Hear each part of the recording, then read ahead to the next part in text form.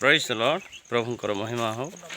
ଆମେ ଓଡ଼ିଶା କନ୍ଧ ବାପ୍ଟିଷ୍ଟ ଉନ୍ନୟନ ସମ୍ମିଳନୀ ପକ୍ଷରୁ ପାଳକ ଏବଂ ସହ ସମ୍ପାଦକ ହେଇ ଆମେ ଗଞ୍ଜାମ ଜିଲ୍ଲା ଖମଲାକାଲ ଗୋଟେ ବିଜାତି ଗାଁ ଗୋଟେ ଯାଇଥିଲୁ। ସେଠି 21ଟା ପରିବାର ଧରି ବର୍ତ୍ତମାନ ସେବା କାର୍ଯ୍ୟରେ ପ୍ରତିଜ୍ଞା ନେଇଛନ୍ତି। ସେମାନେ ଉପବାସ ପ୍ରାର୍ଥନା ରଖିଥିବା ସତ୍ତ୍ୱେ ଆମମାନଙ୍କୁ ନିମନ୍ତ୍ରଣ କରିଥିଲେ।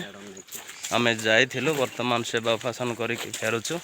ଏହି ଲୋକମାନଙ୍କ ପାଇଁ ଆପଣମାନେ ସର୍ବଦା ପ୍ରାର୍ଥନା କରୁଥିବେ, ଯଦ୍ୱାରା କି ସେବା କାର୍ଯ୍ୟ ଅଭିବୃଦ୍ଧି ହେବ, ଈଶ୍ୱରଙ୍କର ମହିମା ହେବ। ଏଥିପାଇଁ ପ୍ରାର୍ଥନା କରନ୍ତୁ। ଏ ଅଞ୍ଚଳ ହାତୀ ଅଞ୍ଚଳ, ଭୟାନକ ଅରଣ୍ୟ ଜଙ୍ଗଲ।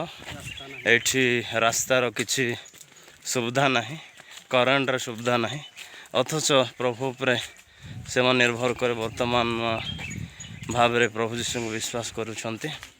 ସେଥିପାଇଁ ଦିବାରାତ୍ର ଭାରଗ୍ରସ୍ତ ହୋଇ କମଲାକାଲର 21ଟି ପରିବାର ଏବଂ 5ଟି ବିଜାତି ପରିବାର ପାଇଁ ସର୍ବଦା ପ୍ରାର୍ଥନା କରୁଥିବେ। ପ୍ରେଜ୍ ଦ ଲର୍ଡ, ହାଲେଲୁୟା, ଥ୍ୟାଙ୍କ ୟୁ।